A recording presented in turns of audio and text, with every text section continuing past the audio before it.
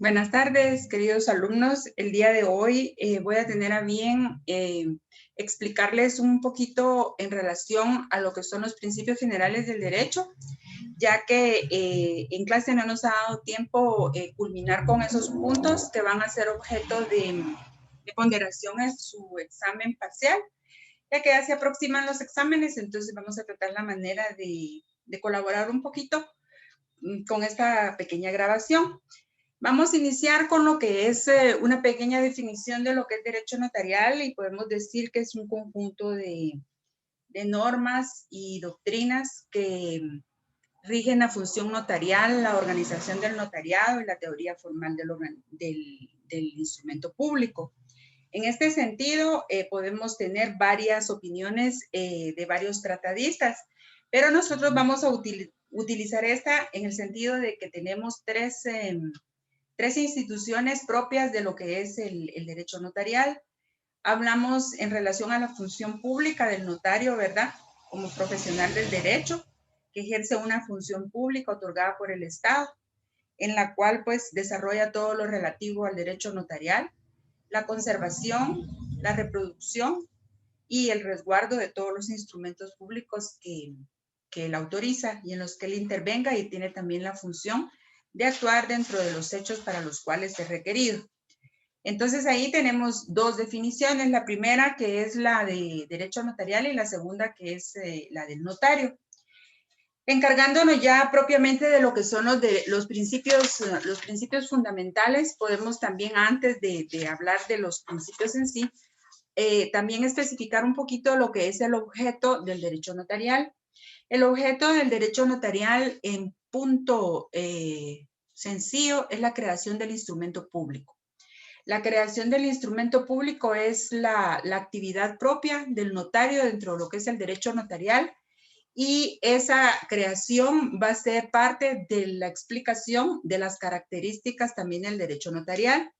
El derecho notarial, como punto 1, tiene que actuar en la fase normal del derecho, es decir, que no tiene a su nivel de actuación dentro de ningún litigio, sino que es donde no existe litis, al contrario sensu de que el derecho notarial se dé dentro de un litigio. Aquí es al contrario, ¿verdad? No hay ningún litigio, se da en la fase normal, ya que dentro de la fase normal es donde la voluntad de las partes así lo deciden, y tiene que haber unanimidad en la voluntad para que puedan actuar, ¿verdad? Pues otra característica es dar certeza jurídica, como explicamos el primer día de clase cuando relacionamos lo que es el derecho notarial con la Constitución Política de la República de Guatemala en el artículo 2, ¿verdad?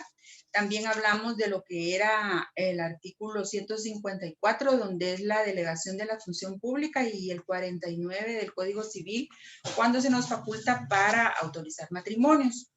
Tercera característica podría ser las declaraciones de voluntad de las partes tienen que estar alejadas de vicios, tiene que ser pura y en forma unánime. Concretamente, robustecen los derechos subjetivos, es decir, la voluntad de las partes, y nosotros los notarios robustecemos esa voluntad de manera objetiva aplicando el derecho objetivo. En este caso son las normas del derecho notarial, ¿verdad? Luego se aplica la naturaleza jurídica del derecho notarial, va a ser eminentemente la ley. Tenemos que es un campo exclusivamente del derecho privado, a pesar de que se dice que el ejercicio es como funcionario público, las relaciones que se dan en el derecho notarial son eminentemente privadas, y por eso se clasifica en el área privada, se le llama que es un derecho privado, ¿verdad? Podríamos decir que tal vez no es ni público ni privado, no, que se encuentra en un nivel intermedio, ¿verdad? Luego tenemos que en Guatemala se considera que es un derecho público por la función, pero también podríamos llamarle derecho autónomo, ya que no lo podemos calificar ni de derecho privado ni de derecho público. Pero tenemos que conocer ambas situaciones para poder explicar que en Guatemala podríamos decir que tal vez eminentemente público no, pero podríamos decir que es un derecho autónomo en el sentido de que tiene su propia ley, tiene sus propias normas, la naturaleza jurídica del mismo es la propia ley, tiene un fundamento, ¿verdad? Porque el día anterior estudiábamos lo que eran los sistemas notariales y me decía un alumno, mire, entonces, ¿cuál es el fundamento del sistema sajón? Entonces vengo yo y le contesto que el sistema sajón no tiene ningún fundamento porque ellos no tienen basamento legal para el ejercicio, ¿verdad? No que ellos lo hacen simplemente dando fe de lo que, para lo que son requeridos, que es legalización de firmas, no faccionan documentos. Bueno, al hablar de principios notariales, que es el tema central del día de hoy, podemos clasificarlos de la siguiente forma.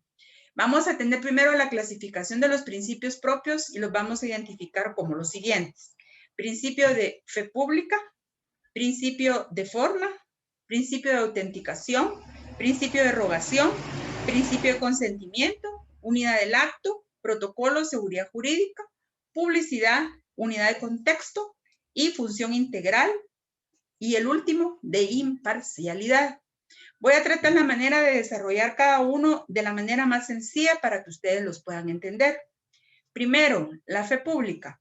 La fe pública no es fácil de explicar, pero yo ya cuando le dimos lectura a algunos artículos del Código de Notariado, les pude ejemplificar cómo es que la fe funciona en relación a algo superior o algo que no vemos, algo que no sabemos, que no tocamos, algo que no es tangible. Entonces es lo mismo.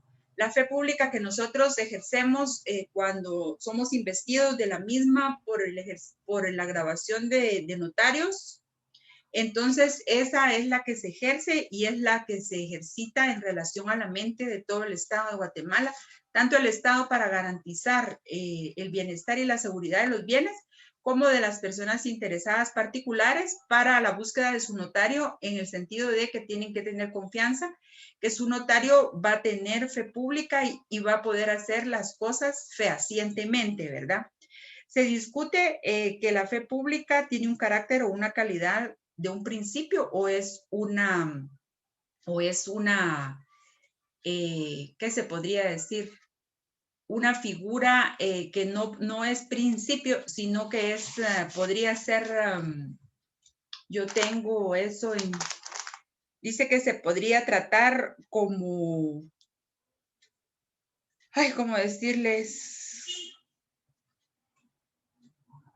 Como una función para poderles aclarar bien. ¿Es un principio o es una función? Ahí es donde se encuentra la discrepancia entre si la fe pública es un principio o es una función.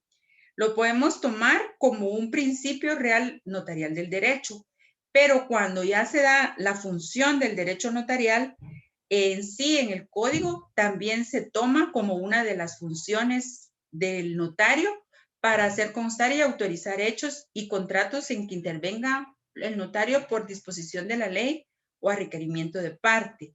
Entonces, se podría decir que también es una función atribuida o un atributo al notario. Ahí está bien, ahí me siento tranquila en el sentido de explicarles. O es un principio o es una función notarial. Entonces, en este caso, lo estudiamos como principio y es un principio de los jerárquicos del derecho notarial, pero también dentro de nuestra ley, ya que nosotros sí tenemos como naturaleza jurídica la ley, ya que esa fe pública la ejercitamos los notarios como un atributo, ¿verdad? Dice que la fe pública es una presunción de veracidad sobre todos los actos que autorizamos los notarios, en este caso los notarios guatemaltecos, los cuales tienen el respaldo total del mismo notario y salvo que prospere una nulidad o una falsedad, ¿verdad? Pero para eso tiene que pasar por un proceso en el cual pues el notario va a ser sindicado de tal aspecto, pero hay que probar que se redargue de nulidad o de falsedad. No es solamente de decir, sí, es falso porque esto, porque lo otro. Se tiene que probar y se tienen que dar todas las características del delito. Eso ya es en derecho penal para poder saber si encuadra o no la figura y se puede delimitar como falsedad o como nulidad sobre el documento autorizado por notario ejerciendo la función pública, la fe pública que se le otorga. Luego tenemos la forma.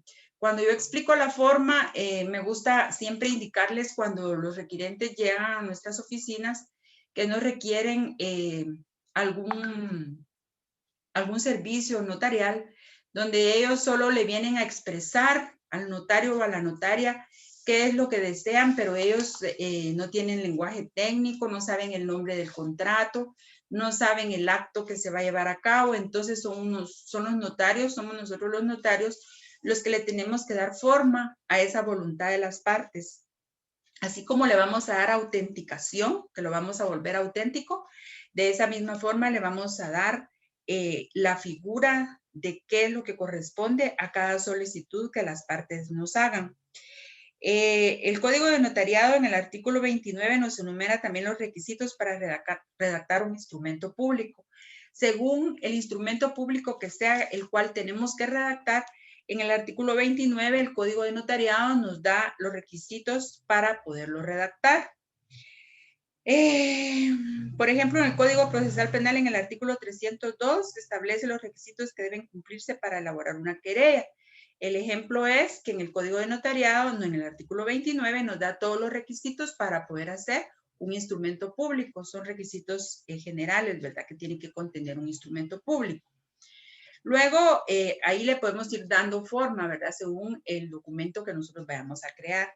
Luego sigue el principio de autenticación, que creo que ahí es más fácil para ustedes entenderlo, porque si hemos aplicado la fe pública y hemos dado forma a la voluntad de las partes, llega el momento que con nuestra firma y nuestro sello, después de que hemos llevado a cabo la autorización del instrumento, entonces nosotros le damos autenticación. En Guatemala, cuando los notarios nos graduamos, tenemos la obligación de llevar nuestro sello y nuestra firma a registro, a la Corte Suprema, al Archivo General de Protocolos, a Finanzas Públicas, a la Superintendencia de Administración Tributaria y a todas las entidades donde nosotros debemos de tener registro de nuestro sello y de nuestra firma, ¿verdad? Es un requisito legal que exige en Guatemala que para ejercer el notariado tenemos que tener el uso de la firma y sello registrado, artículo 77, numeral 5 del Código de Notariado. Luego dice que vamos a tener el principio de inmediación. Inmediación, ¿por qué? Porque nosotros vamos a estar en medio de las partes, de la voluntad de las partes. Una de las funciones del notario va a ser tener el contacto con las partes, el acercamiento entre ambos para el fraccionamiento del instrumento público. Tenemos que tener nosotros, dar fe del consentimiento unánime, que esté libre de vicios, que no haya ningún vicio oculto, que la voluntad sea, bueno, si buscamos la palabra voluntad en el diccionario del lenguaje usual, pues vamos a determinar que eso es algo que quiere la persona hacer, ¿verdad? Que no tiene que ser a la fuerza, sino que voluntariamente. Luego tenemos el principio de rogación, que es cuando somos solicitados por los requirentes para realizar el fraccionamiento de un instrumento público. Nosotros los notarios no podemos actuar de oficio, sino que solo a ruego. La rogación, artículo 1 del Código de Notariado, lo encontramos que el notario tiene fe pública para hacer constar y autorizar instrumentos o actos en los que intervenga por disposición de la ley o a requerimiento de las partes. Es decir, nosotros hay algunos instrumentos que vamos a protocolizar, por ejemplo, porque la ley así nos lo ordena, pero la mayoría de documentos van a ser solicitados a ruego por las partes. Ya hablamos de que el consentimiento tiene que ser libre de vicios. Artículo 29, numeral 10 y 12. Tienen que ratificarlo, aceptarlo y firmarlo al cierre del instrumento. Y nosotros sellamos eso con la firma o la impresión de la huella digital de los requirentes. Y nosotros ponemos la palabra ante mí y nosotros la legalizamos y le damos la autenticación con nuestra firma y con nuestro sello, ¿verdad? Luego el consentimiento, ya lo expliqué, el principio de consentimiento pues va inmerso dentro de la voluntad de las partes. El consentimiento debe ser esencial, libre de vicios, y no hay consentimiento, si no hay consentimiento no puede haber autorización de ningún instrumento. Unidad del acto. La unidad del acto consiste en que todos tenemos que estar reunidos en el mismo acto para la celebración del mismo. No se vale que se haga el instrumento público en la oficina, que pase primero a firmar el vendedor, que a los 3 días pase el comprador y a los 5 días lo autoriza y lo legaliza el notario. La unidad del acto nos indica que en el mismo momento tienen que estar todas las partes reunidas en la oficina, tienen que dar su voluntad, manifestarse, pasarlo a la computadora, imprimirse, se les lee, lo ratifican, lo aceptan, lo firman y lo legaliza el notario. Si no hubiere firmas, sino que fueran impresiones digitales, pues se requiere la comparecencia de los testigos que tienen que ser hábiles, capaces y de anterior conocimiento del notario, y de lo contrario habría que identificarlos. Esa sería la forma como se realiza el acto y aplicamos lo que es la unidad del acto, que es el otro principio. Tenemos el principio de protocolo. El principio de protocolo es donde se plasman las escrituras públicas matrices. El protocolo es la colección ordenada de escrituras matrices, actas de protocolación, tomas de razón de legalización de firmas y tomas de razón de legalización de documentos. El protocolo es un libro que se forma anualmente, que los notarios conformamos con las escrituras que autorizamos en papel sellado especial de protocolo, así se le llaman las hojas, el cual lleva un orden cardinal, ya lo leímos en nuestro código de notariado. Entonces, ya les expliqué que es un tomo, que se forman 2, 3 tomos si hay necesidad, ¿verdad? Si fueran muchas las escrituras durante el año. El año normal sería del primer día hábil del año al último, el 31 de diciembre. Si es un año anormal, pues el notario puede disponer cuándo apertura y cuándo cierra, o si no apertura protocolo durante un año. La fe pública notarial es evidente en todos los instrumentos que se van dentro del protocolo. Hay instrumentos públicos que van dentro e instrumentos públicos que van fuera del protocolo. Un ejemplo, ya determinando lo que es la definición de protocolo, definimos que las escrituras matrices van dentro, ¿verdad? Y que un acta notarial, por ejemplo, va fuera, a menos y de que se nos solicite que esa acta notarial sea protocolizada, entonces de lo contrario tendría que ir adentro porque la protocolizamos, ya sea requerimiento de parte o por ordenanza de la ley. Un ejemplo, si es por ordenanza de la ley, sería un acta de matrimonio. Si es requerimiento de parte, podría ser un acta de declaración jurada que nos solicitan que la protocolicemos. Seguridad jurídica es otro de los principios que vamos a explicar y vamos a aprender el día de hoy. Se basa en la fe pública que tiene el notario, artículo 2 de la Constitución Política de la República de Guatemala y artículo 186 del Código Procesal Civil y Mercantil, donde dice que los instrumentos públicos de notario pueden ser considerados como plena prueba, certeza. No hay certidumbre de que haya duda de que no sean originales, que no sean auténticos. Publicidad. Pues por lo mismo, los actos autorizados por notarios son públicos.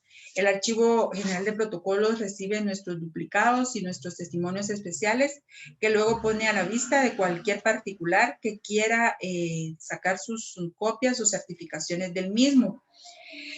Las escrituras matrices podrán ser consultadas por cualquier persona que tenga interés, artículo 22 del Código de Notariado. Mientras vive el otorgante, el testamento o donación por causa de muerte sería una de las excepciones, los cuales solo se pueden poner a la vista del testador.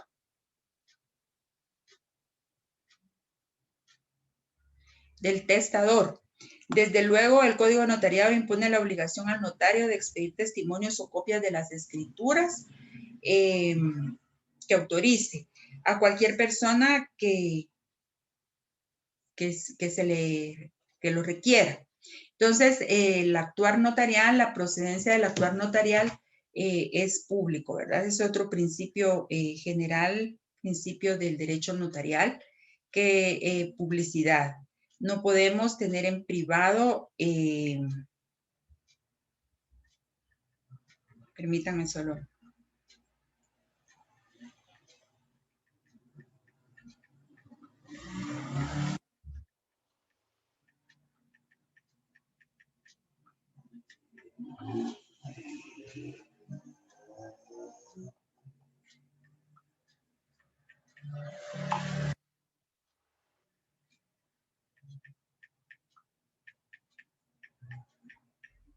Perdón. Bueno, vamos a continuar con el principio de unidad de contexto. El principio de unidad de contexto consiste en lo siguiente. Ese es un principio denominado también como de especialidad, en el sentido de que en Guatemala, en el artículo 110 del Código de Notariado, se encuentra regulado que cualquier disposición que quiera emitir para crear, suprimir o modificar los derechos o obligaciones de los notarios tendrá que ser contenido en el mismo código. Es decir, si alguno de los artículos del Código de Notariado tiene que ser cambiado, va a tener que ser en la misma forma que fue regulado el artículo que se quiera cambiar. Es decir, es especial en el sentido de que no tiene otra interpretación más que lo que dice, y si hay necesidad de cambiarlo va a tener que ser sometido como un decreto, y al igual que como cuando fue el decreto 314 que contiene el Código de Notariado, ¿verdad? Entonces, por este principio, cualquier disposición que se emita para crear, suprimir o modificar derechos o obligaciones de los notarios contenidos en el Código de Notariado debe ser propuesto como una reforma del código en sí, del contexto del artículo que se quiera modificar. Función integral, dice. Podemos hablar que este principio se requiere cuando el notario contrae, dice, es contratado para poder fraccionar un instrumento público. La función es integral en el sentido de que nosotros no solo ya hemos aprendido que somos requeridos, le damos forma, somos intermediadores. Las obligaciones que tenemos que hacer resulta que son previas y posteriores, en el sentido que tenemos que solicitar los documentos que se nos ponen a la vista. Hago énfasis en el sentido de que no tenemos la capacidad de prejuzgar sobre la veracidad de los mismos, ni sobre la veracidad de las personas que se ponen ante nuestros oficios, pero es compleja la actividad, ya que tenemos que solicitar documentos previos, obligaciones posteriores, por ejemplo, al momento de autorizar un instrumento, no solamente es eso y ya, sino que antes tenemos que pedir todos los documentos que acrediten o atestados que respalden, y luego tenemos que cumplir con las obligaciones posteriores. Un ejemplo, un cambio de nombre, pues llevamos el proceso de cambio de nombre, le hemos pedido a los interesados todos los atestados, los documentos, hemos solicitado a las autoridades todo lo que se facilite para el proceso, y de último terminamos. Ahí no termina la función. La función termina cuando lo mandamos al registro y registramos ese cambio de nombre. Entonces ahí es una función integral. No solo fraccionamos, no solo tramitamos, no solo requerimos, sino que al final registramos y tenemos que solicitar obligaciones. Tenemos obligaciones que cumplir previas y posteriores. De imparcialidad.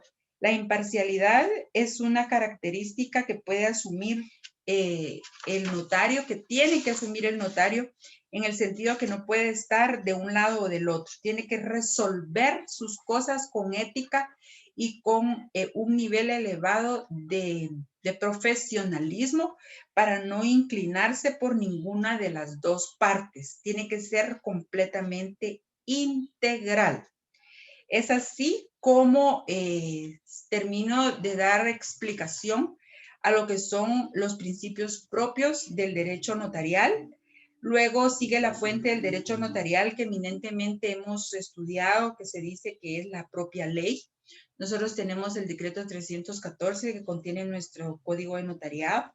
No por eso la Constitución Política de la República de Guatemala, que nos da las bases sólidas para poder aplicar esa ley. Y luego tenemos el otro punto, que es la relación del derecho notarial con otras ramas, donde podemos observar que el derecho notarial se relaciona con el derecho civil estrechamente, con el derecho mercantil por los contratos mercantiles, con el derecho procesal civil, en el sentido de que nos volvemos auxiliares del juez. Tenemos en el derecho notarial 3, van a ver que tenemos en nuestra función faccionar, llevar a cabo procesos de jurisdicción voluntaria que son también de índole judicial, y la ley nos permite que nosotros los faccionemos en el sentido de descargar un poco la carga de los juzgados, ¿verdad? Y poder ser auxiliares y poder ayudar y poder contribuir al Estado con eso.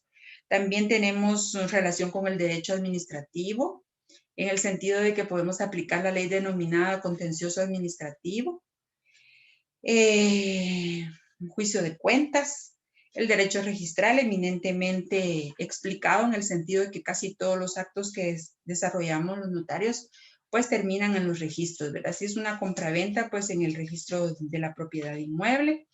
Si es un cambio de nombre, pues en el RENAP. La función notarial, decimos que es el quehacer del notario, y dentro de ese quehacer, pues hay variabilidad de lo que es la relación que tenemos los notarios con todas estas ramas que les acabo de explicar. Profundamente estudiamos lo que es las características, y es así como con este pequeño video doy una pequeña contribución para reforzar las clases que tenemos en fechas ordinarias, ya que hay días que por capacitaciones o por falta de poder tener una conexión 100% óptima, hemos empezado unos minutos después, o hay días que no se ha llevado a cabo la clase. Entonces con esto yo contribuyo para completar mis minutos de contratación, ¿verdad? Así es que ha sido un gusto explicarles, y anoten sus preguntas y en clase puedo yo solventarlas, puedo yo explicarles de una mejor manera si ustedes tuvieran alguna duda. Fue un gusto que poderlos atender y que este video les sirva para su examen parcial. Hasta pronto.